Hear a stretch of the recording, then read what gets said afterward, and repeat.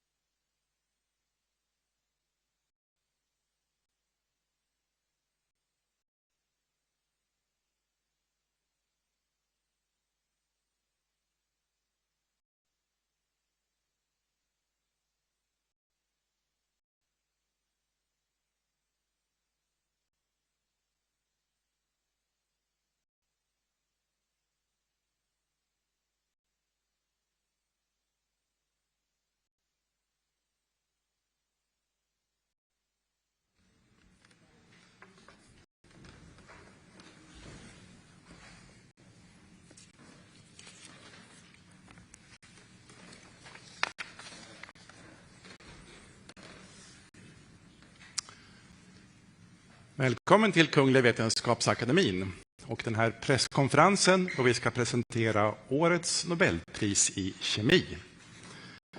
Welcome to the Royal Swedish Academy of Sciences and this press conference where we will present this year's Nobel Prize in Chemistry. We will keep to our tradition and start the presentation in Swedish and then continue in English. And you are of course welcome to ask questions later on in either language. Jag heter Hans Ellegren och är ständig sekreterare här på Kungliga Vetenskapsakademin. På min ena sida sitter professor Heiner Linke, ordförande i Nobelkommittén för kemi. Och på andra sidan professor Olof Ramström, ledamot av Nobelkommittén för kemi och sakkunnig inom ämnet. My name is Hans Ellegren. I'm Secretary General of the Royal Swedish Academy of Sciences. And to my right is Professor Heiner Linke, Chair of the Nobel Committee for Chemistry. And to my left, Professor Olof Ramström, member of the Nobel Committee for Chemistry and one of the experts in this field. Årets pris handlar om att skapa nya rum för kemin. This year's prize is about creating new rooms for chemistry.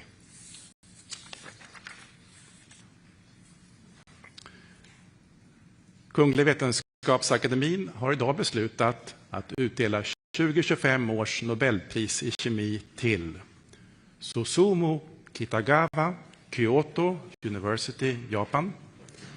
Richard Robson, University of Melbourne, Australien. Och Omar Yagi, University of California, Berkeley, USA. För utveckling av metallorganiska ramverk. The Royal Swedish Academy of Sciences has today decided to award the 2025 Nobel Prize in Chemistry to Susumu Kitagawa, Kyoto University, Japan, Richard Robson, University of Melbourne, Australia, and Omar Yagi, University of California, Berkeley, USA, for the development of metal organic frameworks. Professor Heiner Linke will now give us a short summary in English. Please.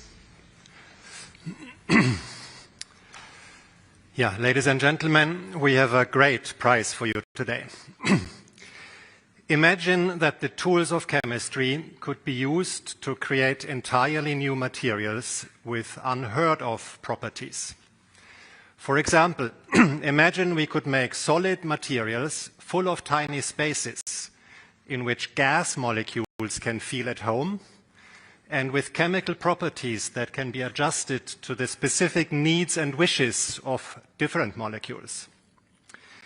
One could then imagine to create materials that can separate carbon dioxide from air or from industry exhaust pipes, or that could be used to separate toxic molecules from wastewater. One could imagine making materials that can harvest water molecules from dry air and make potable water in a desert. Or materials that have catalytic properties on their inside so that toxic gases could be absorbed and then transformed into unharmful substances. This year's laureates have achieved just that. They have found ways to create materials, entirely novel materials, with large cavities on their inside, which can be seen almost like rooms in a hotel, so that guest molecules can enter and also exit again from the same material. A small amount of such material can be almost like Hermione's handbag in Harry Potter. It can store huge amounts of gas in a tiny volume.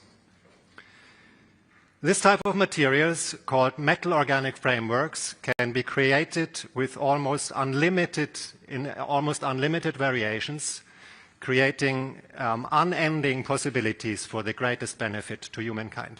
Thank you. Thank you, Heiner.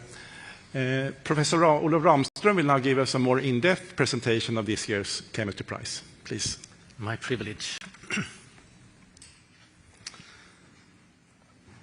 So, well, this year's award is a story full of holes, but with enormous capacity to absorb all your attention and other things. So this year's award is about frameworks, as we heard. And here you can see a typical construction framework. It happens to be made from wood, where the wooden boards or planks are joined together, assembled, probably using metal nails or screws. And of course, this makes up the skeleton of this construction or this future house, but you can actually see hinted here the many rooms inside this framework. So imagine now how we would be able to make such a framework at the molecular scale. And instead of using metal nails or wooden boards, we would use ionic or atomic molecular nodes and linkers and let them assemble themselves in such a framework. And this is exactly what our laureates have been working with. They have adopted a type of chemistry where you use metal ions or metal clusters as nodes and link them together with organic compounds. Organic compounds are such that are made from containing carbon-based molecules. So we have the metal ions as nodes, and then we have the organic molecules as linkers.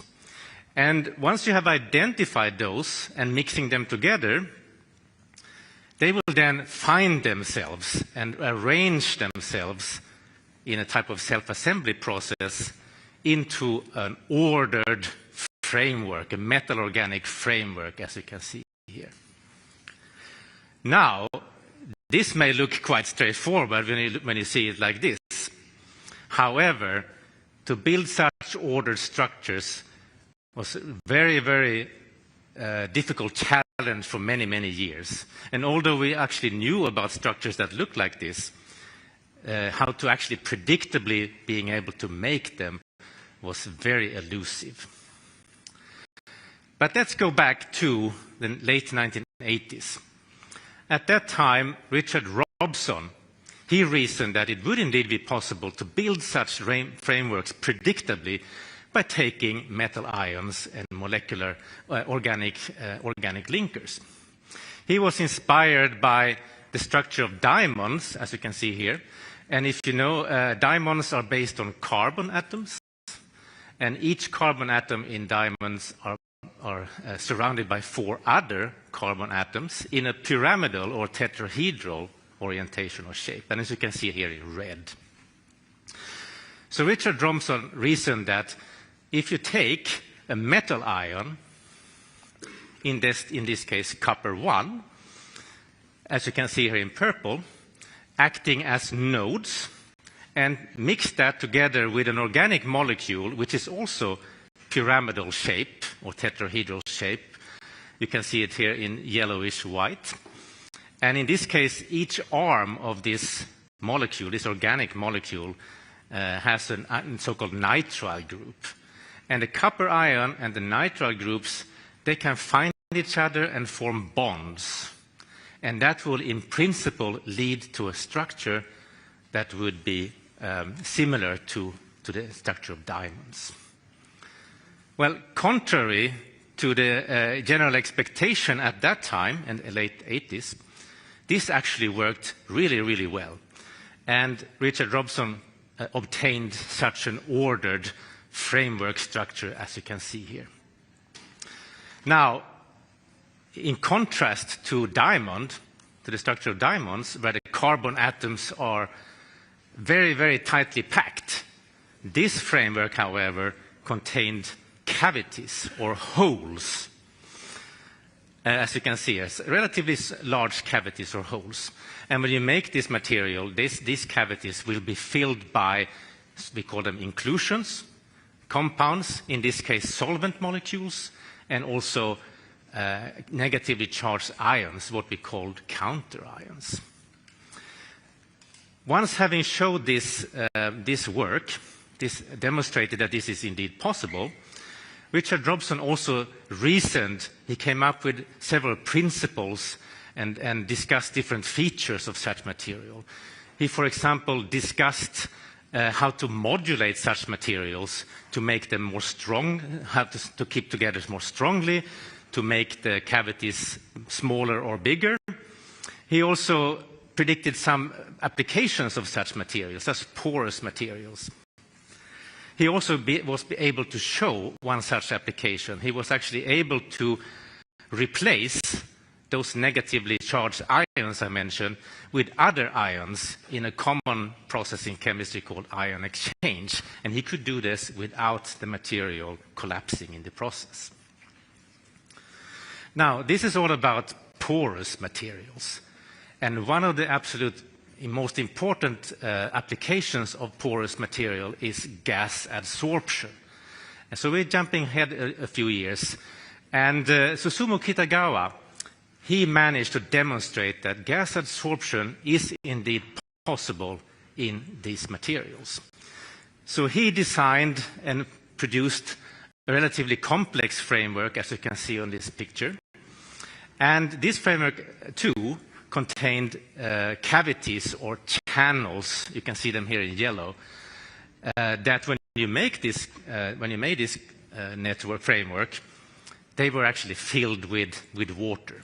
However, this time, this framework was stable enough, so when you remove the water from the cavities, from the channels, the material was still intact. It did not disrupt in the drying process. So now you had a material that was empty, and that could be used to adsorb, to take up gas molecules in a gas adsorption process. And Susumu Kitagawa could show this for several gas molecules, such as methane, oxygen, and nitrogen. He could show that the gases could be taken up, adsorbed by the material, and could also be released from the material, desorbed from the material, reversibly. So by now, if you look at this structure, we now had frameworks. The development had come so far, so we now had frameworks that were stable enough to endure to emptying the pores, to emptying the channels and cavities. However, because of the principle of making these structures using metal ions, clusters, and organic linkers, Susumu Kitagawa reasoned that there is another feature with these materials. He then predicted that not only can you make such stable materials that can take up gases, you can also have this material changing shape upon changing the conditions. And you can see that. So in that case, you will get this kind of shape-shifting, flexible metal-organic frameworks. And you can see an example here where you have one shape where you have gases inside the cavities of the material, and then when you remove the gases, you have a different shape of the material. Now, at around the same time, a very important breakthrough was made by Omar Yagi. So Omar Yagi had been working for several years to try to make highly stable metal-organic frameworks. He was looking for methods to make them more stable. And he reasoned that if you use one of those metal clusters, as you can see here on the left-hand side, this is a metal ion cluster based on zinc ions and oxygen atoms. And if you take that cluster and you mix that with organic linkers that contain carboxylate groups, then you would get a very stable construction. And he could show that in this structure, this metal-organic framework, which was denoted MOF5. And as you can see, this framework is a cubic framework. You have lots of cubes stacked upon one another. And you can also see that this is a very porous framework, and you can see the cavities or the inside the framework symbolized by these yellow spheres. Now, this is an astonishing framework because it was highly stable. It was stable all the way up to 300 degrees Celsius, heating up to 300 degrees Celsius. But even more remarkable with this material was that it contains an enormous surface area.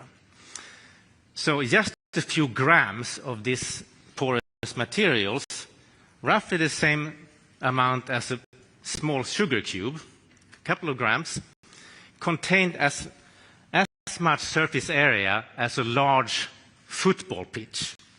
That is several thousands of square meters, right?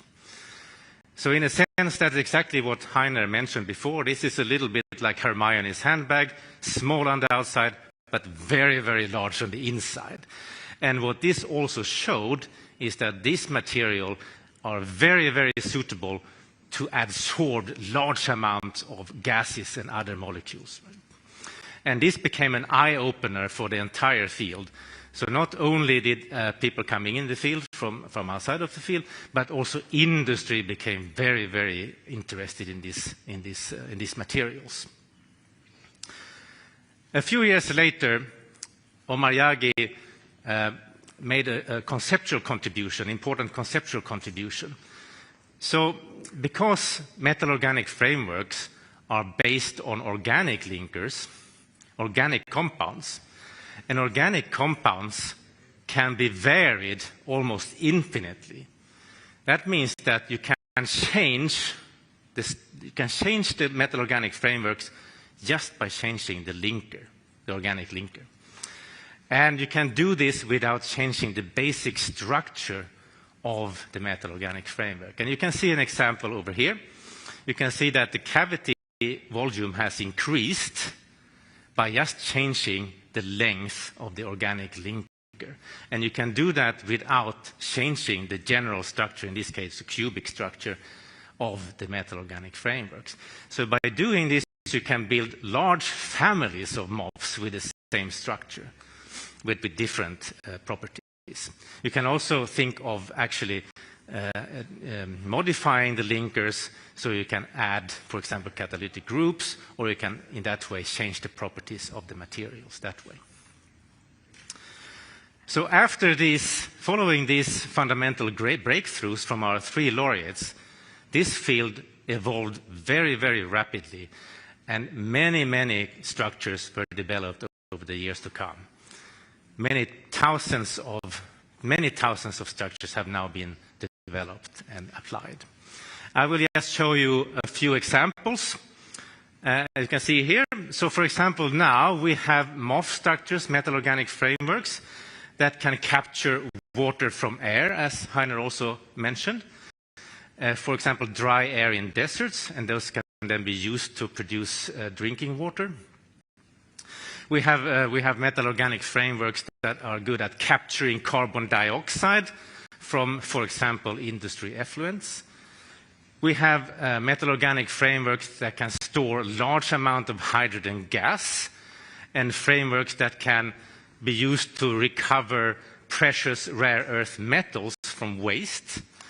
We also have frameworks that can remove and break down oil contamination. And we have frameworks that can extract forever chemicals, such as PFAS, from water. These are just a few examples, and the list goes on and on and on and on. But overall, through these fundamental breakthroughs from our three laureates, this has led, and also their continuing efforts in this field after the breakthroughs, this has led to a very, very rich and active area where we see new metal-organic frameworks developed almost every day. Right?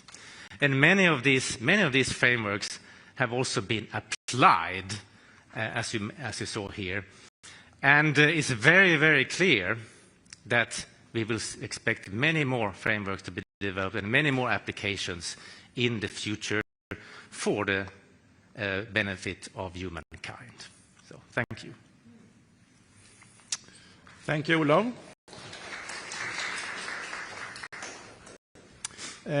Let's see now, do we have Professor Kitagawa on the phone? Yes. Good evening, Professor Kitagawa. Again, our warmest congratulations to the Nobel Prize in Chemistry. Good evening. Thank you very much. I'm deeply honored and delighted that my long-standing research has been recognized. Thank you very much. I know that you are very busy tonight, but do you have a few minutes to take some questions from the press here, the media? We have this press conference right now where we have both national and international press. So can you take some? Okay. Yes. SVT, Swedish television. Good morning, Professor Kitagawa. Okay. Good morning. My name is Susan Ritson, and I work for Sveriges Television, Swedish public service television. I want to congratulate you on your achievements. Thank you very much. I was wondering, science aside, what were your thoughts when you received the news just a short while ago? Yeah, this is the I heard this introduction of our works, and this is very new materials, so it's a long time to realize in our society that this is real, the porous materials. That is very big effort to do it. But meantime, I really enjoy the chemistry of these materials. So this is my feeling, and so once again, I'm deeply honored and delighted, and my long-standing research has been recognized. And I think the Omar Yagi also think about this. I know Professor Olof Ramström mentioned that your discoveries gives us hope. Do you agree? And what are your hopes for the future with the MOFs? Yes, I'm very much interested in transform this material to the society, of course, but this material is also a kind of surprising properties. So this is my fun to discover new properties depending on the softness and also the several and the new characters of and the properties of these framework materials. Okay, next question. Omedetou gozaimasu. Omedetou gozaimasu. Arigatou gozaimasu. I'm Anneli Megner-Arn, TV4. I'm wondering, would this technique make it cost efficient to suck out carbon dioxide from the air to help fight climate change? Yes. Yeah. So the properties of these materials is the sort of the well-defined porous structure. So that means the surface of the pore can strong interaction with the CO2, but this interaction is in a scientific word that is the physisorption. So the interaction energy is not so strong. So that means easy to capturing these materials, but easy to release this material. So energetics is quite the important for this technology. So this material can realize it. I think it.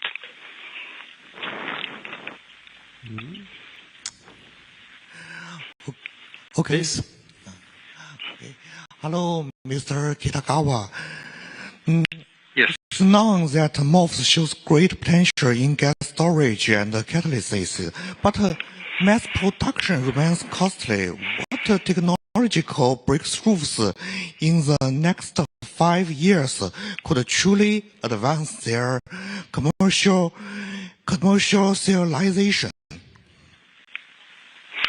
Yeah, we are thinking about with my startups, and in the world, for instance, in the energy materials and the methane. In that case, for instance, well-developed countries, still the difficult to have pipelines all over the country. So this means we need to still have the cylinder or something for the store this methane materials, but it's very heavy because the high pressure cylinder we use. This is 100 years tradition.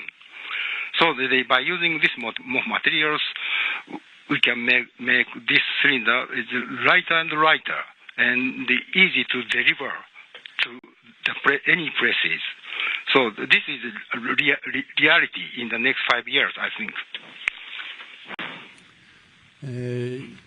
We have a Polish TV here.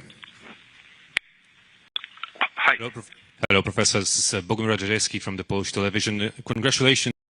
I wanted to ask you, because what's so amazing about the metal organic frameworks is the wide variety of applications they have already found. I'm wondering, in what field do you find most important or possibly most promising for the future in terms of practical applications of MOFs? Yeah, my dream also, this is not realized. My dream is to just handle the air, because air contains CO2, oxygen, and the carbon elements, oxygen elements, nitrogen elements. That means, for instance, if you think about your body, proteins contain carbon, nitrogen, oxygen, and also fuel contains carbon, hydrogen, and something.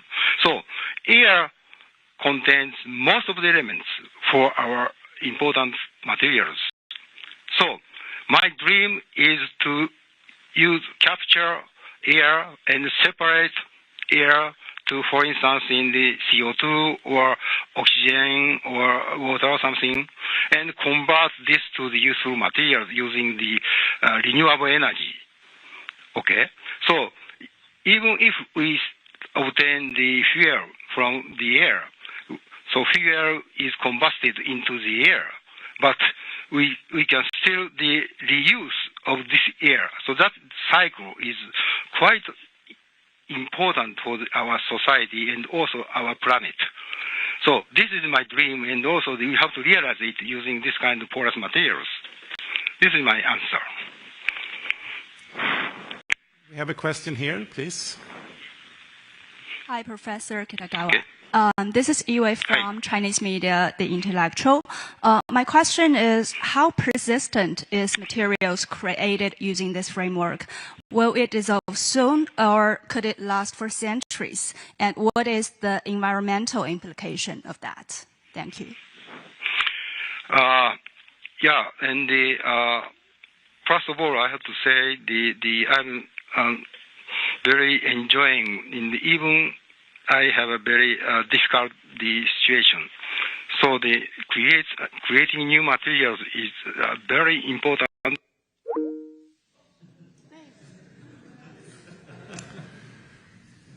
We might have lost him there. See if we can make a new try.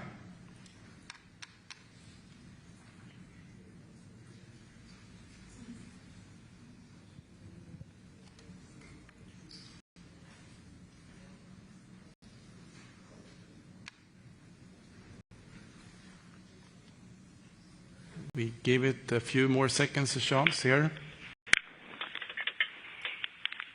Hello? Hello, yeah. Now you're back here. Maybe we should take a new question. That's probably easiest over there. Okay, so Hello. Do you hear me? how long I have to stay here?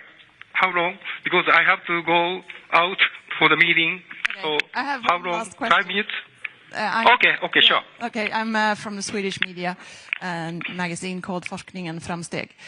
I would just like to know, what was your, did you anywhere during all these years of research hesitate or doubt that you would manage to create these frameworks? And what was the biggest challenge, the threshold that you had to manage? Can you say something about that? Yeah. So the advent of this material, we have already already current material we have activated carbons, zeolites, and so on and so forth. So we have to show this material is quite stable even without gas molecules. So this is a very tough time. So but I was so optimistic because the create of new material is very, very much fun. It's very challenging. So anytime I told to the students in the challenge is very important in the chemistry and science. So that's a point in I recall I look back this time. Okay, we take one final question there, please. Oh, final, okay. My name is Riko Takahashi and Kyoto News Japan. I say even in Japanese, omedetou gozaimasu. And then if you said you are short of time, so I just do simple questions. Where were you when you got, I have two questions. Where were you when you got a phone call from the Nobel Committee? And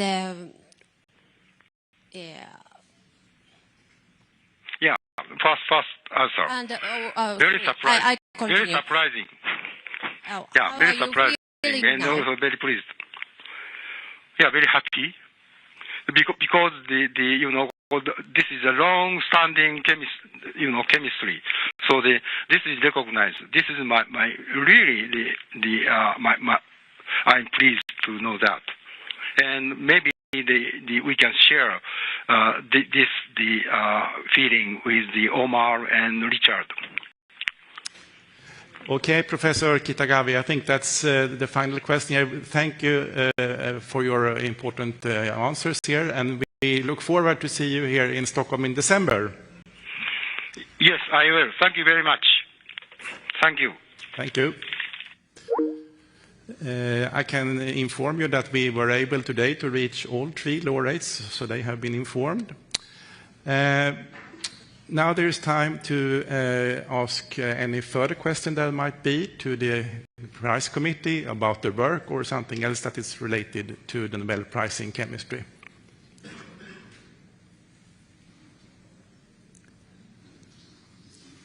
Are there any further questions? Could you tell us how Mr. Robson and Mr. Omarjagi reacted when you announced them the prize? They were rather glad. They were surprised, of course, as all laureates are, essentially all. But of course, this is a very staggering moment for someone to get a call like this. And they were really happy.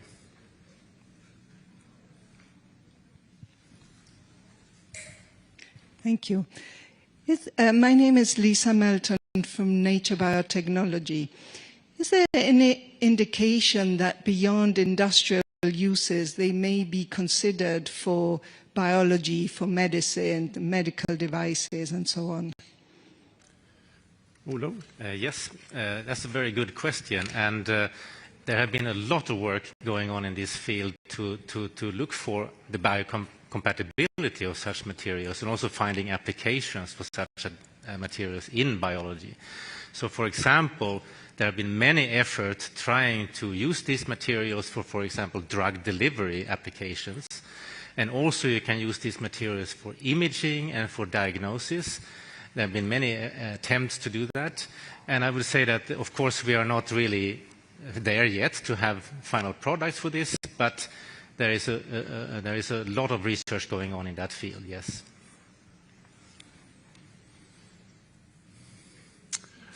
I think that might be it. Thank you for your interest coming here. We hope to see you back here at the Academy on Monday when we will present this year's prize, Sveriges Riksbanks Prize in Economic Sciences in the memory of Alfred Nobel.